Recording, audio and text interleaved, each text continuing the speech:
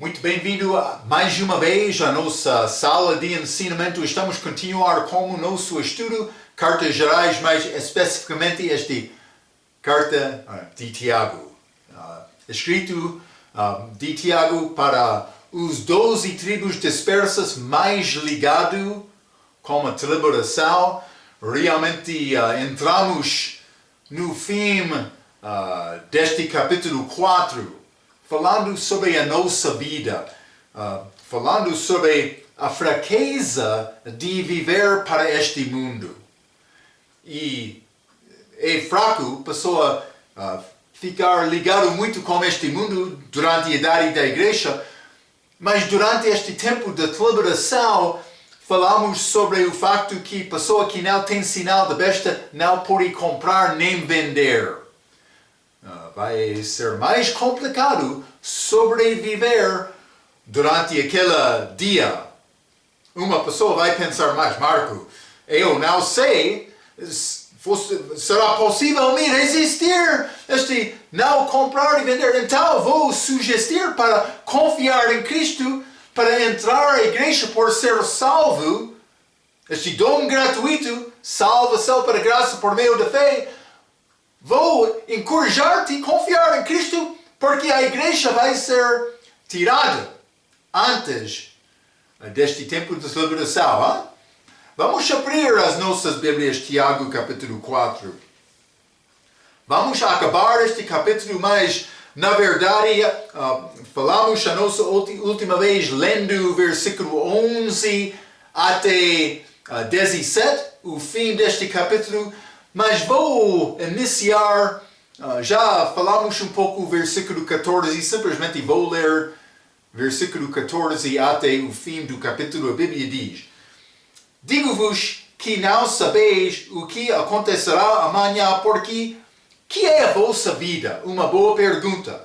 É um vapor que aparece por um pouco e depois se desvanece. Já estudamos isto, mas vapor é muito breve. O nosso tempo aqui na Terra, com comparação para a eternidade, é muito pequeno. Então, deve usar sabedoria para pensar sobre o futuro. É necessário, hein? Versículo 15. Em lugar do que deveis dizer, se o Senhor quiser, e se viveremos, faremos isto ou aquilo. Mas, se Deus quiser, ou nesta passagem, o Senhor. Boa pergunta. Deve ser feito para guiar os nossos passos. Versículo 16. Mas agora vos gloriais em vossos presunções, toda glória tal como esta é maligna. 17. Aquele, pois, que sabe fazer o bem e não o fez, comete pecado. Então, mas simplesmente Tiago, mas falando um pouco sobre este comprar e vender, contexto doutrinal da tribulação, mas realmente boas lições práticas para nós também. Versículo 15. Está a dizer, em lugar do que deveis dizer, se o Senhor quiser, e se viveremos, faremos isto ou aquilo. Devemos viver a nossa vida segundo a vontade de Deus. Paulo procurou viver como isto. Vamos ler alguns exemplos do apóstolo Paulo. Ele usou esta expressão, ou pelo menos este pensamento, em algumas frases dele. Quando ele falou, Atos capítulo 18, versículo 21, Paulo disse, antes se despediu deles, dizendo, e me de todo preciso celebrar a solenidade que vem em Jerusalém. Paulo voltando, ele estava em Éfeso, voltando a Jerusalém para guardar festa, mas, querendo Deus, outra vez voltarei a vós, e partiu de Éfeso. Mas querendo Deus, ele disse, Deus quiser. Hein? Paulo disse a mesma coisa. Vamos ler também Romanos capítulo 1. Romanos capítulo 1, e vou ler versículo 10, a Bíblia diz, pedindo sempre em minhas orações que, em algum tempo, pela vontade de Deus, se ofereça boa ocasião de ir ter convosco. Paulo, ele orou a Deus sempre, mas quase sempre, para organizar passos dele. Na verdade, quando ele voltou a Jerusalém, foi segundo a vontade dele. Não foi mandado também, como estudamos no livro de Atos, ele recebeu avisos quando ele voltou. Mas, no fim, ele chegou lá e entrou prisão. Em total, 4 anos da vida dele foi gastada mas na prisão por voltar a Jerusalém, mas não segundo a vontade de Deus. Mas Paulo aprendeu coisa, ele disse, mas é necessário viver segundo a vontade dele. Então vamos ler também Romanos capítulo 15. Romanos capítulo 15 e versículo 32, a Bíblia diz, a fim de que pela vontade de Deus cheguei a vós com alegria e possa recriar-me convosco. Mas ele queria visitar Roma, esses crentes em Roma, na igreja de Roma, desculpa. Então, mas não somente isto, 1 Coríntios, capítulo 4, Paulo orou a Deus para organizar passos da vida dele. 1 Coríntios 4, versículo 19, mas em breve irei ter convosco, se o Senhor quiser, e então conhecerei não as palavras dos que andam ensoberbecidos, mas o poder. Então, mas se o Senhor quiser, exatamente o que disse Tiago, em Tiago capítulo 4 e versículo 15. Vamos ler também 1 Coríntios capítulo 16, versículo 7. A Bíblia diz, porque não vos quero agora ver de passagem, mas espero ficar convosco algum tempo, se o Senhor o permitir. Novamente, Paulo, a vida dele estava na mão de Deus. Mais uma passagem, Hebreus capítulo 6. Hebreus capítulo 6, vou ler versículo 3. A Bíblia diz, isto faremos se Deus o permitir. Então, mas crente, muitas vezes ele quer andar segundo o entendimento dele, tentando resolver problemas sem orar, sem submeter a Deus, sem procurar a resposta da palavra, sem ouvir conselho dos outros cristãos maduros. É grande perigo. Mas, antes de ir em qualquer direção, como Ló que levantou olhos dele, mas eu devo consultar o Senhor. O meu Deus. Vou dizer isto, algumas vezes não vai ter uma resposta certa, pode ser sentimento do coração na luz da palavra, mas deve pedir Deus para dar-nos passos claros, para não combater com Deus nem o Espírito Santo, para não entristecer o Espírito Santo dentro de nós. Submetindo a Deus segundo a palavra, andando para agradar Cristo como a nossa vida. Deve ser a nossa oração também se estamos, se somos fracos, mas é bom orar como Davi, para pedir ao Senhor para livrar-nos e guardar-nos dos nossos pecados segredos, que eu não entendo. É boa oração. Deus vai dar-te sabedoria por procurar Ele. Mas, vamos voltar este Tiago capítulo 4. Tiago capítulo 4 e versículo 16, a Bíblia diz, mas agora vos gloriais em vossas presunções, toda a glória tal como esta é maligna. Mas está a glória nas nossas presunções. Então, estas presunções não são a vontade de Deus, mas é o meu desejo, vosso desejo. Bom exemplo é Davi levando a arca em aliança a Jerusalém. Eu dei este exemplo em outros ensinamentos, mas vamos ler 1 Crônicas, capítulo 13. Lembra-te, Davi queria levar a arca para Jerusalém. Penso que não há nada mal com isto. Ele estava a procurar construir templo, ele queria colocar aquela arca naquele templo, como estava no tabernáculo, tenda do Velho Testamento, naquele lugar santíssimo, dentro do tabernáculo. Mas ele queria também colocar aquela arca no templo, mas ainda não foi construído, mas ele queria levar a arca para Jerusalém. Então o que aconteceu? Vamos ler 1 Crônicas, capítulo 13, versículos 6 a 12. A Bíblia diz, desculpa. E então Davi, com todo Israel, subiu a Balá de Kiriat Jearim, que está em Judá, para fazer subir dali a arca de Deus, o Senhor que habita entre os querubins, sobre a qual é invocado o seu nome. E levaram a arca de Deus da casa de Abinadab sobre um carro novo, e Uzá e Aú guiavam o carro, e Davi e toda o Israel alegraram-se perante Deus com todas as suas forças em cânticos, e com harpas, e com saltérios, e com tamborins, e com símbolos, e com trombetas. 9. E chegando à era de Kidron, estendeu Uzá a sua mão para segurar a arca, porque os bois tropeçavam.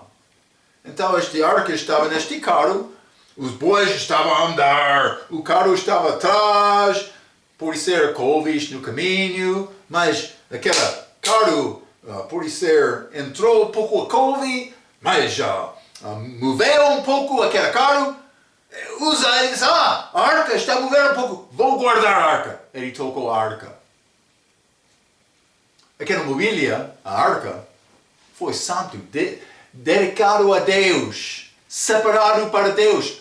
O movimento daquela mobília, aquela arca, teve desenho específica segundo a lei.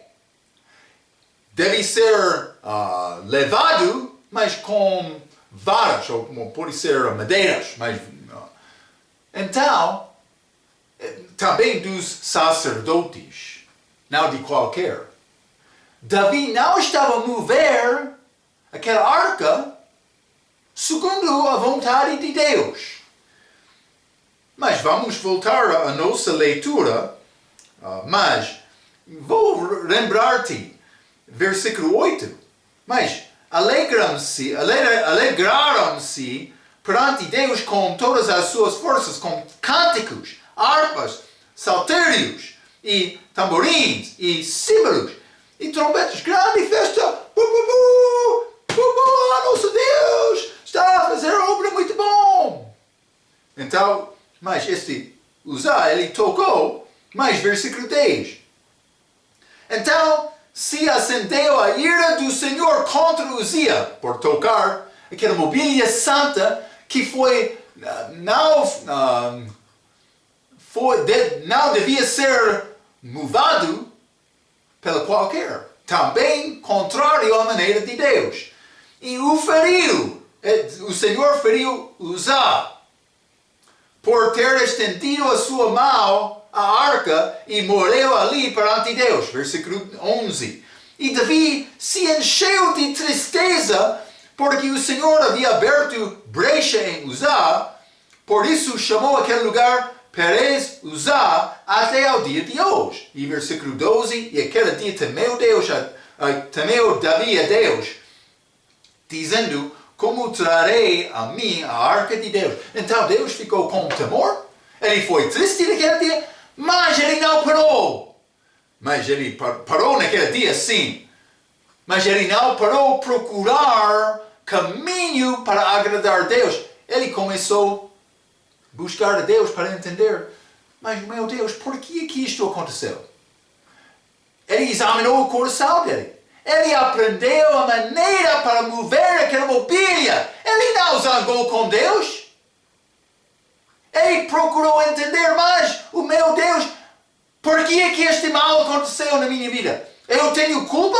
Ou outra razão? Devemos orar desta mesma maneira. E no fim o Senhor revelou a Davi: não moveu aquela arca segundo a maneira que eu ordenei. Então Davi, ele ouviu esta palavra. Vamos ler também 1 Crônicas, capítulo 15. 1 Crônicas, capítulo 15, quero ler versículo 25. Sucedeu, porque o que aconteceu? Davi voltou para fazer outra tentativa de mover e levar aquela arca a Jerusalém, mas esta vez segundo a maneira que Deus ordenou. Então, ele teve sucesso. Versículo 25. Sucedeu, pois, que Davi e os anciãos de Israel e os capitães dos milhares foram com alegria para fazer subir a arca da aliança do Senhor da casa de Obed-edom. Alegria estava a faltar naquela primeira tentativa. Eles tiveram grande celebração, grande festa, grande dança, mas sem alegria. Porque foi contrário à maneira do Senhor. Então, Tiago está a falar sobre o perigo de andar segundo o meu entendimento. E não pensando sobre o desejo de Deus como os meus passos. E vou dizer isto, sem passar tempo em oração, examinando o teu coração, sem passar tempo na Bíblia, lendo a Bíblia, mas também meditando sobre as coisas de Deus, procurando entender a vontade dele, não vai ter sucesso. Está a ver? É necessário viver a nossa vida desta maneira, consultando Deus. Então, mas eu escrevi isto na segunda vez, o povo teve alegria. Outro exemplo, mas vamos ler 1 Reis, capítulo 22. 1 Reis, capítulo 22, e vou ler versículo 20 a 23. A Bíblia diz: E disse o Senhor: quem induzirá Acabe para que suba e caia em Ramote de Gileade, desculpa. E um dizia desta maneira, e outro de outro. Mas o que está a acontecer? Reunião, mas não reunião aqui na terra. Reunião celestial com seres celestiais perante Deus. Então, versículo 21.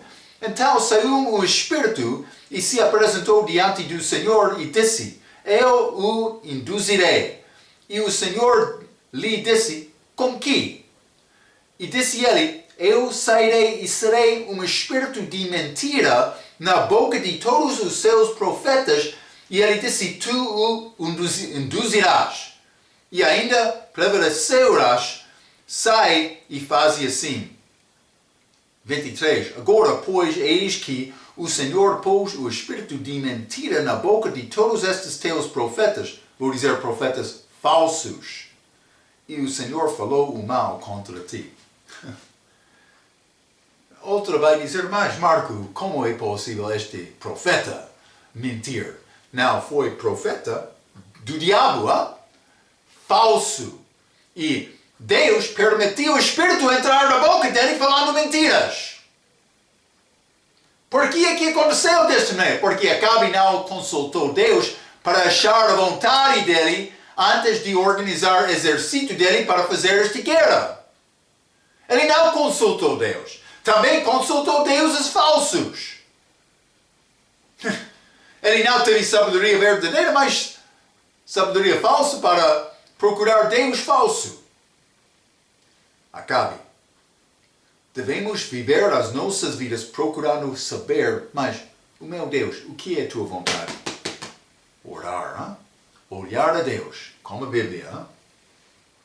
Profeta falso parece verdadeiro, mas fala presunçosamente e não segundo a vontade de Deus. Tiago capítulo 4. Vamos voltar mais uma vez. Versículo 17. A Bíblia diz: aquele, pois, que saber fazer o bem e não o faz, comete pecado. é uma definição sobre qual é pecado. Neste caso, pecado é omissão, que é de não fazer o que Deus quer, não fazendo o que Deus quer. Outras definições do pecado. Vamos ler Provérbios 21 e versículo 4. Os olhos altivos, o coração orgulhoso e a lavoura dos ímpios é pecado. Influência, esta lavoura é influência dos ímpios que destrói a outros. Hein? Também ele disse este olho altivo e coração orgulhoso. Falamos muito sobre orgulho. Hein? É grande pecado. Provérbios 24 e versículo 9. O pensamento do tolo é pecado e abominável aos homens é o escarnecedor. Então, pensamento do tolo é pecado. Mas, não, simplesmente definições na Bíblia, o que é pecado? Vamos ler Romanos 14. Bom versículo. Eu penso que Deus pode, por orar e examinar os nossos corações, quando é pecado, a minha decisão, eu penso que Deus vai revelar isto a mim antes de fazer, para dar-me a oportunidade, mas parar e deixar aquele caminho.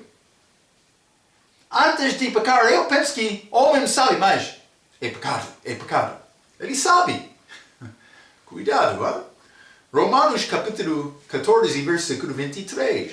Mas aquele que tem dúvidas, se come está condenado porque não come por fé.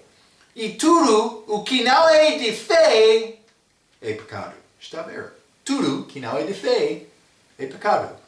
Pensa sobre aquela passagem um pouco. Pode transformar a tua vida. 1 João capítulo 3.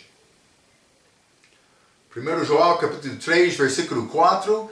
Qualquer que comete pecado também comete iniquidade, porque o pecado é iniquidade. É fácil entender isto. Hein? 1 João capítulo 5 e versículo 17. Mas toda iniquidade é pecado, quase a mesma coisa, e há pecado que não é para a morte. É possível pecar, mas Deus não vai tirar a tua vida física com isto. Mas outros, Ele vai. Cuidado. Anda procurando Deus. Sempre estou a dizer isto. Mas é necessário me submeter a Deus, resistindo o diabo, procurando deixar o meu caminho, a minha inteligência, o meu entendimento, mas para procurar a vontade de Deus, segundo a palavra dele. A palavra dele é chave. Não vai entender a vontade dele sem palavra, sem orar, procurando isto. Então, mas simplesmente algumas coisas para pensar, mas também esta distinção entre ricos e pobres. Achamos novamente que é ligado mais com a deliberação.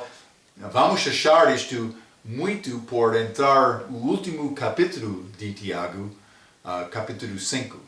E vou dar-te uma pequena palavra de introdução antes de entrar nos versículos. Capítulo 5 vai mostrar o contexto doutrinal deste mundo depois da saída da igreja, quando entrar a deliberação. Falando especificamente sobre a expressão dos últimos dias, em versículo 3, regra diz.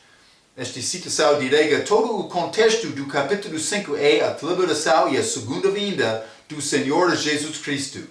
O capítulo começa com advertências para homens ricos na deliberação que têm confiado em suas riquezas do que em Deus só. Então, é contexto. Vamos achar isto por entrar estes versículos. Jesus deu este aviso aos judeus na Sermão da Montanha. Vamos ler Mateus capítulo 6. Já citei esta regra, mas Jesus falou quase a mesma palavra. Mateus capítulo 6, versículo 19 a 21, a Bíblia diz: Não ajunteis tesouros na terra, onde a traça e a ferrugem tudo consomem, e onde os ladrões minam e roubam. Mas juntai tesouros no céu, onde nem a traça nem a ferrugem consomem, e onde os ladrões não minam nem roubam. Porque onde estiver o vosso tesouro, aí estará também o vosso coração. Está a ver? Então, mas esta ideia que já falamos sobre onde está o teu tesouro? Está aqui na terra ou está aqui acima, lá no céu? O que tesouro está a tentar ganhar e acumular durante a tua vida aqui? É só examinar o coração. Hein? Eu não estou a negar a fornecer condições para a família. Também, algumas vezes, é grande batalha. Hein? Quando não tem nada em casa, é só trabalhar. E não vai parar porque é só cumprir a tua responsabilidade. Mas, do outro aspecto, nós não podemos ficar preocupados desta maneira por esquecer orar. Por negar a nossa responsabilidade do relacionamento pessoal com Cristo, como lendo a palavra. Por participar no culto. Mas algumas vezes emprego e trabalho vai prevenir, serviço vai prevenir a pessoa de participar no culto. Mas quando entra esta situação, se vai causar hábito, mas deve orar e procurar ajuda de Deus para resolver este assunto. Nada é impossível com Deus, mas deve usar sabedoria, porque é só guardar a tua responsabilidade e consultar com outros cristãos maduros para saber mais o que devo fazer com esta situação. Mas Deus quer ser primeiro na tua vida. Então, Paulo também, ele teve a aplicação para a igreja. Quase esta mesma palavra. Vamos ler Colossenses capítulo 3. Colossenses capítulo 3, quero ler versículo 1 a 5. A Bíblia diz: portanto, se já ressuscitastes com Cristo, buscai as coisas que são de cima, onde Cristo está assentado à destra de Deus. Pensai nas coisas que são de cima e não nas que são da terra, porque já estáis mortos e a vossa vida está escondida com Cristo em Deus. Quando Cristo, que é a nossa vida, se manifestar, então também vos manifestareis com Ele em glória. Mortificai, pois, os vossos membros, o nosso corpo, que está sobre a terra, a fornicação, a impureza, a afeição desordenada, a vil concupiscência e a avareza, que é idolatria, ou concupiscência, idolatria. Paulo está a dar uma lista para coisas que cristão deve evitar. Não? Vamos voltar a Tiago capítulo 5 então. Último capítulo de Tiago, estamos a chegar ao fim do nosso estudo, mas vou começar por ler versículo 1 a 6. A Bíblia diz: eia, pois, agora vós ricos, chorai e pranteai por vossas misérias, que sobre vós hão de vir. As vossas riquezas estão apodrecidas, e as vossas vestes estão comidas de traça. 3. O vosso ouro e a vossa prata se enferrujaram, e a sua ferrugem dará testemunha contra vós, e comerá como fogo a vossa carne. Entesouraste, para os últimos dias. Ele está a esperar este julgamento de Deus. 4. Eis que o jornal dos trabalhadores que ceifaram as vossas terras e que por vós foi diminuído, clama, e os clamores dos que ceifaram entraram nos ouvidos do Senhor dos Exércitos. Deliciosamente vivestes sobre a terra, e vos deleitastes, cevastes os vossos corações como num dia de matança. Condenastes e matastes o justo, e ele não vos resistiu. Mas Deus está a permitir estas para andar contrário a ele. Mas paciência de Deus tem fim. Ele não sempre julga contra o pecado no mesmo dia.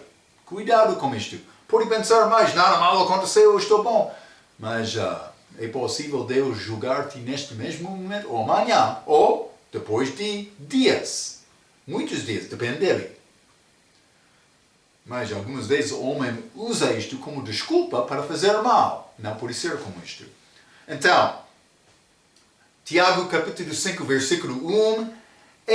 Pois agora vós, novamente achamos esta expressão como limos como este Torre de Babel.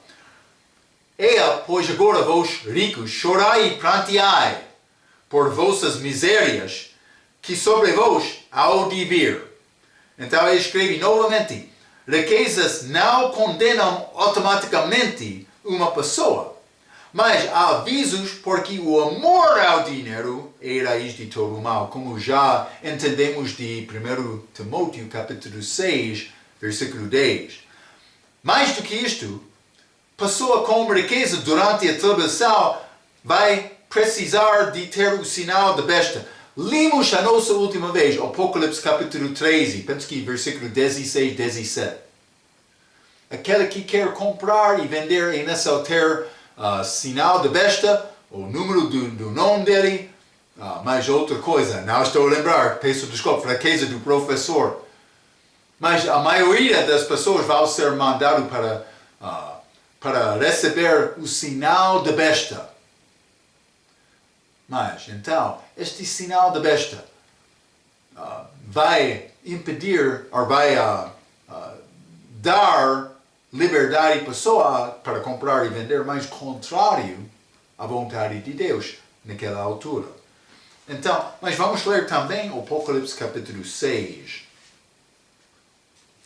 E vou dizer isto, os ricos ficam ricos durante a tribulação, porque eles recebem este sinal. Então, Apocalipse capítulo 6, vou ler versículo 14 a 17. A Bíblia diz, e o céu retirou-se como um livro que se enrola, e todos os montes e ilhas foram removidos dos seus lugares. E os reis da terra, e os grandes, e os ricos, está a ver, ricos, e os tribunos, e os poderosos, e todo o servo e todo o livre se esconderam nas cavernas e nas rochas das montanhas. Por que é que eles vão fazer isto? Mas versículo 16. E diziam aos montes e aos rochedos, cai sobre nós e esconde-nos do rosto daquele que está sentado sobre o trono e da ira do Cordeiro. Então, mas é julgamento do Senhor, ele vai voltar para julgar. Porque é vindo o grande dia da sua ira, e quem poderá subsistir? Os ricos. Mas estes outros grandes, vou dizer isto, eles são grandes porque eles são uma parte do sistema, mas não somente os grandes. Achamos servos, livres e servos, nesta passagem também. Depende do teu coração. Mas muitos servos, muitos pobres, ainda não conseguiram riquezas, mas o coração deles é estabelecido para procurar a riqueza deste mundo e não procurar Deus. Ou eles podem... eu ouvi outro dia, um homem estava no quintal dele com um peri-peri, lançando o peri-peri no quintal, dizendo, mas eu estou a ter problema com o emprego nestes dias, por isso será espíritos maus, vou lançar este peri-peri para acalmar estes espíritos. É grande tolo, hein? Acontece em todo o mundo. Pessoas com ideias falsas que não são segundo a palavra. Mas os ricos na tribulação também com grandes, mas qualquer que é influenciado pelo diabo, este anticristo, para participar naquela confederação das nações que ele vai criar. Cuidado, cuidado. Mas é necessário ser salvo hoje, mas por entrar tribulação, por não ser uma parte da igreja, deve lembrar estas palavras. Vai ser mais complicado ser salvo, mas não é impossível. Ok. O homem rico no inferno digoria a nós hoje que riquezas enganam. Ele quer dar esta mensagem, mas o que disse Abraão naquela altura, no céu da terra, mas se eles não vão ouvir Moisés e a lei, eles não vão ouvir se a pessoa está a ressuscitar dos mortos, que Jesus fez. Não? Então, Tiago, capítulo 5, mais uma vez. Não? Tiago, capítulo 5, vou ler versículo 2, que está a dizer, as vossas riquezas estão apodrecidas. Mas também, versículo 3, o vosso ouro e a vossa prata se enferrujaram. Mas Deus tem perspectiva diferente de que homem. Que tem valor com Deus? Mas vamos ler 1 Pedro, capítulo 1. 1 Pedro, capítulo 1, versículo 17 a 19. Que tem valor com Deus? Versículo 17. E se invocais por Pai aquele que, sem a acessão de pessoas, julga segundo a obra de cada um, andai em temor durante o tempo da vossa peregrinação. Sabendo, versículo 18, que não foi com coisas corruptíveis como prata ou ouro, ou que fostes resgatados da vossa vã maneira de viver, que por tradição recebestes dos vossos pais, mas versículo 19, mas com o precioso sangue do Cristo, como de um cordeiro imaculado e incontaminado, que tem valor com Deus, o sangue de Jesus Cristo. Ele deu a vida dele. Deu a vida. Ele morreu para salvar-nos, para nos salvar. Hein? Mas, não somente isto, vamos ler também Salmo, capítulo 49. O que tem valor com Deus, mas este sangue de Jesus tem valor, mas Salmo, capítulo 49, versículo 1 até 9, a Bíblia diz, ouve isto, vós todos os povos, inclinai os ouvidos todos os moradores do mundo, tanto baixos como altos, tanto ricos como pobres, a minha boca falará de sabedoria e a meditação do meu coração será de entendimento. Inclinarei os meus ouvidos a uma palavra, declararei o meu enigma na harpa. Versículo 5. Porque que temerei eu nos dias maus, quando me cercar a iniquidade dos que me armam ciladas? 6. Aqueles que confiam na sua fazenda e se gloriam na multidão das suas riquezas. Nenhum deles, de modo algum, pode remir o seu irmão. Mas eu sou remido pelo sangue de Cristo. Mas este confia no que está a fazer, também glória da multidão da riqueza. Versículo 7. Nenhum deles, de modo algum, pode remir o seu irmão, ou dar a Deus o resgate dele. Eu já tenho a minha redenção, a minha compra, o sangue de Jesus. Ele está a falar sobre riquezas aqui, mas o sangue de Jesus tem mais valor. Mas, versículo 8, pois a redenção da sua alma é caríssima e cessará para sempre, para que viva para sempre e não veja corrupção, porque ele vê que os sábios morrem, parecem igualmente tanto o louco como o brutal e deixam a outros os seus bens. Não vai levar contigo. 11. O seu pensamento interior é que as suas coisas serão perpétuas e as suas habitações de geração em geração dão às suas terras os seus próprios nomes. Eles querem ter a ser nomeado deles. Mas no fim, não é nada. Eles não podem levar com eles. Vamos ler também Atos capítulo 8. Atos capítulo 8. Este Simão, mágico, hein? Atos capítulo 8, vou ler versículo 18 até 20. E Simão, vendo que pela imposição das mãos dos apóstolos era dado o Espírito Santo, lhes ofereceu dinheiro, dizendo: dai-me também a mim esse poder, para que aquele sobre quem eu puser as mãos receba o Espírito Santo. Mas disse-lhe Pedro: o teu dinheiro seja contigo para perdição, pois cuidastes que o dom de Deus, a vida eterna, esta redenção é dom, o valor precioso do sangue de Cristo, se alcança por dinheiro. Está a ver? Eu tenho salvação, mas a minha salvação foi comprada com coisa muito valorosa, o sangue de Jesus. Então, mas vamos voltar, Tiago capítulo 5, e este versículo 3 está a dizer: mas o vosso ouro e a vossa prata se enferrujaram, e a sua ferrugem dará testemunho contra vós, e comerá como fogo a vossa carne.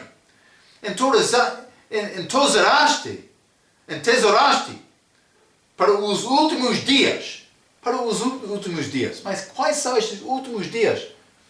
Ok, lembra-te, quando eu ensinei lições atrás, não lembro-me exatamente, mas penso que Hebreus eu ensinei sobre últimos dias, mas outros ensinamentos também é ligado com Israel.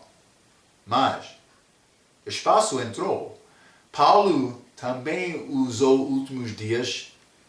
Pode ser 2 Timóteo capítulo 3, desculpe, sim.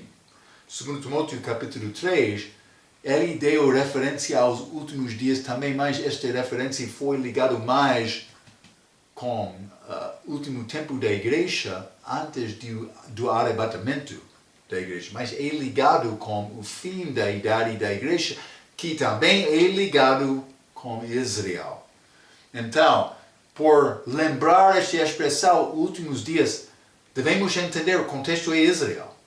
Na primeira vinda de Cristo, ele anunciou últimos dias, porque a igreja foi espaço de 2000 anos, mas não reconhecida até depois de Atos capítulo 7, quando os judeus rejeitaram a mensagem de Estevão.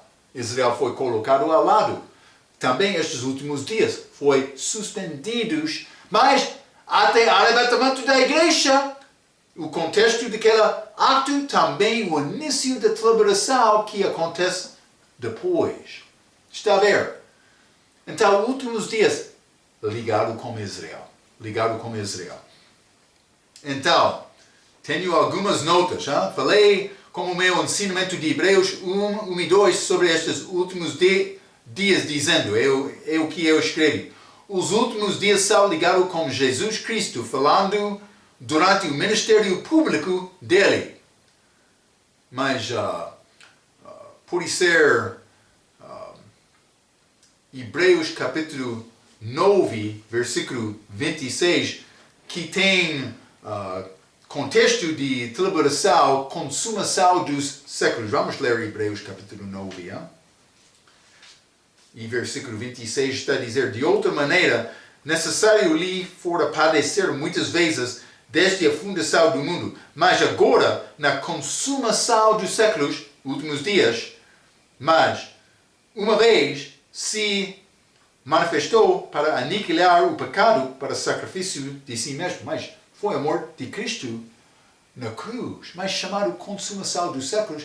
Hebreus capítulo 1, vamos ler simplesmente para mostrar, versículo 1 e 2. Havendo Deus antigamente falado muitas vezes e de muitas maneiras aos pais pelos profetas, a nós falou-nos nestes últimos dias pelo Filho, falando sobre o ministério público dele, a quem constituiu herdeiro de tudo, por quem fez também o mundo. Está a mostrar-nos, novamente, últimos dias são ligados com Israel, mas Jesus na primeira vinda, simplesmente aqueles dias foram suspendidos quando Israel rejeitou Cristo. Eu falei sobre este contexto do uso desta expressão últimos dias também na carta de Paulo, 2 Timóteo 3, capítulo 1. Mas lembra-te, quando falamos sobre os últimos dias em Apocalipse, que eu mencionei que a idade da igreja não é uma parte destes últimos dias. João Batista até estava, e começando novamente com o arrebatamento da igreja, são ligados com o rei e o reino dele. Mas a salvação de Paulo, em Atos capítulo 9, é uma figura desta fala de Jesus na segunda vinda em que Israel será salvo.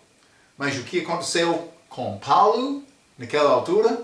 Mas ele dobrou o joelho e disse: o Senhor, o que quer me fazer? Ele falou com Jesus dizendo: Senhor, Senhor. Paulo confiou em Cristo. Mas vamos ler um pouco o que ele disse em 1 Coríntios capítulo 15. É muito chave. Versículo 8. Falando sobre pessoas que teve possibilidade de ver Cristo, mas depois da ressurreição. Uma qualificação do apóstolo, mas Paulo foi apóstolo especial para gentios. Ele nasceu de novo, mas não segundo os outros crentes. Ele foi mais tarde, apóstolo mais tarde de Benjamim. Hein? Falamos um pouco sobre isto. 1 Coríntios capítulo 15, versículo 8. E por derradeiro de todos me apareceu também a mim como a um abortivo. Mas abortivo foi bebê que nasce fora do tempo normal, mas no caso de Paulo foi depois do nascimento do tempo normal. Foi depois. Mas Paulo, quando ele confiou em Cristo, é como Israel que vai confiar em Cristo, mas depois da igreja. Está a ver? Este pequeno Israel, mas como Benjamim, mais pequeno tribo, mas eles vão consistir de pessoas de todas as tribos de Israel. Pelo menos este 144 mil. Vai ser outros no milênio também que vão confiar em Cristo, mas como de Dá e Efraim. Mas eles não são selados, mas eles vão entrar este milênio. Então, outro grupo. Mas simplesmente quero te entender este contexto, últimos dias, novamente ligado com Israel. Tiago está a pensar sobre isto. Vamos voltar. Tiago capítulo 5. Tiago capítulo 5 e versículo 4. A Bíblia está a dizer: eis que o salário dos trabalhadores que cefaram as vossas terras e que por vós foi diminuído, clama. Mas Deus está no favor daqueles que sofrem nas mãos dos ricos, que vai ser muito evidente durante a tribulação. Mas vamos ler Levítico capítulo 19. Segundo a lei mosaica, no Velho Testamento, o que disse Deus deste assunto? Levítico capítulo 19, versículo 13. Não oprimirás o teu próximo, nem o roubarás. A paga do diarista não ficará contigo até pela manhã. Quando a pessoa está a fazer trabalho, ele deve receber pagamento. Quando é trabalho do dia, mas deve dar naquele mesmo dia. Quando é fim de semana, deve ser feito. Quando é fim de mês, deve ser feito. Não amanhã, não depois de dia, semana ou outro mês. Quando a pessoa está a fazer trabalho, mas ele está a trabalhar para ti, para receber, ele não tem nada, deve pagar. É complicado algumas vezes. Eu sei, este mundo não é sempre segundo a vontade de Deus, mas é a intenção de Deus, este trabalhador, receber o salário dele. Vamos ler Deuteronômio 24 também. Deuteronômio 24, e vou ler versículo 14 e 15. A Bíblia diz: não oprimirás o diarista pobre e necessitado de teus irmãos, ou de teus estrangeiros que está na tua terra e nas tuas portas. 15.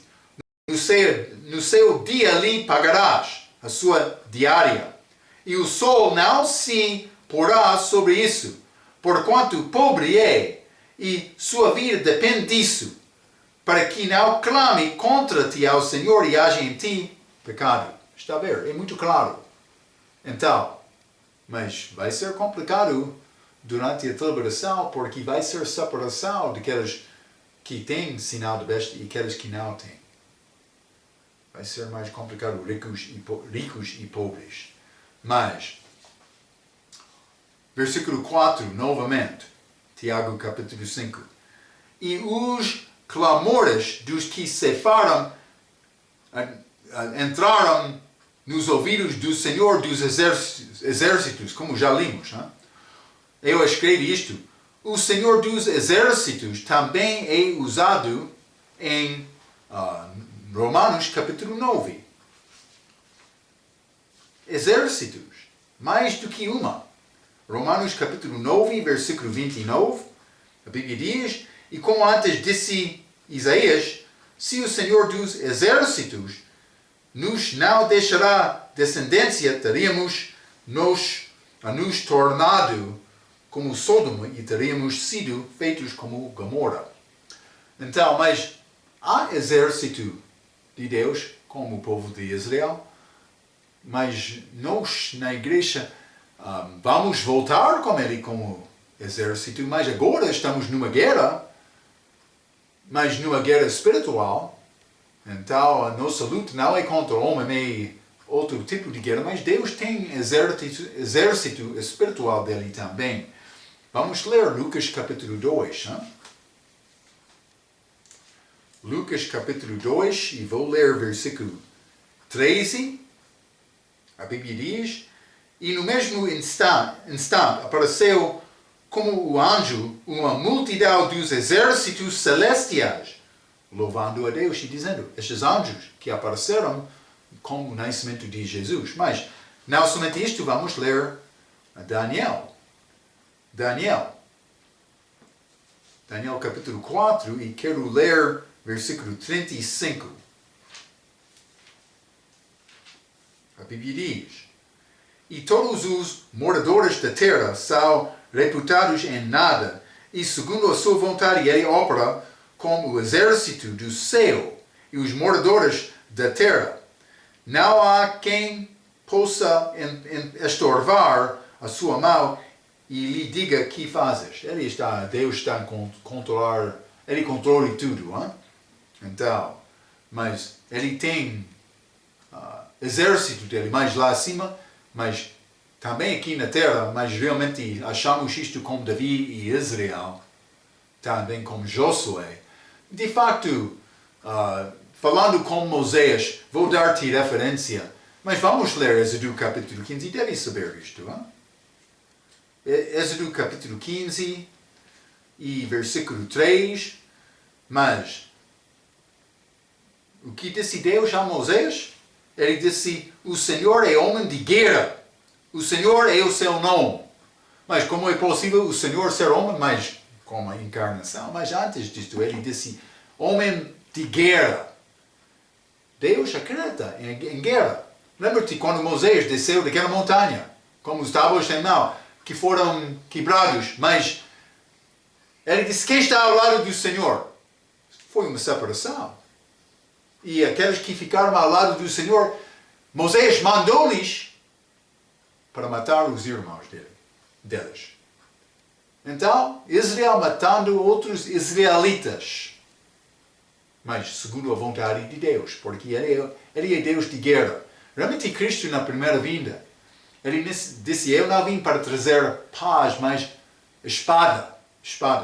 Como Josué, que entrou, mas vamos ler Josué, capítulo 5, que entrou, terra prometida e teve encontro com homem, mas anjo do Senhor.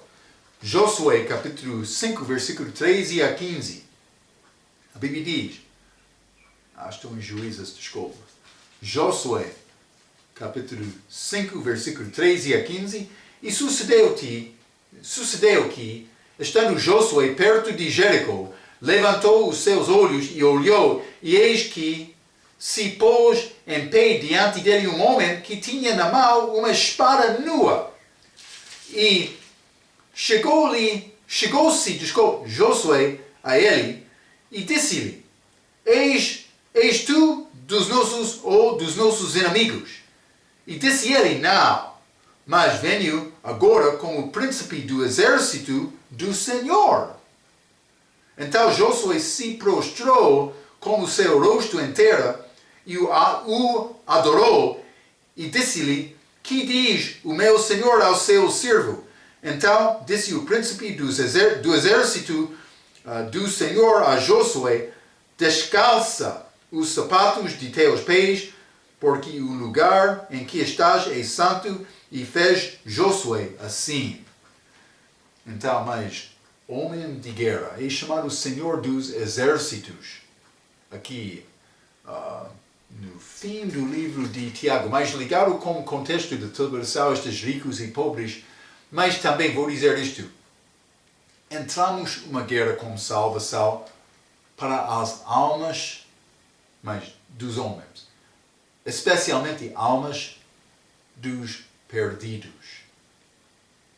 É nação ter plano para batalhar. Esta batalha espiritual é a nossa batalha. Nós devemos deixar o nosso desejo físico para ganhar nesta batalha espiritual, por matar o velho homem e desejos dele para Cristo controlar as nossas vidas. Então, guarda este pensamento. Este livro de Tiago, este capítulo 5 é muito rico. E vamos entrar falando sobre mais coisas que são provas que este livro é ligado com a tribulação.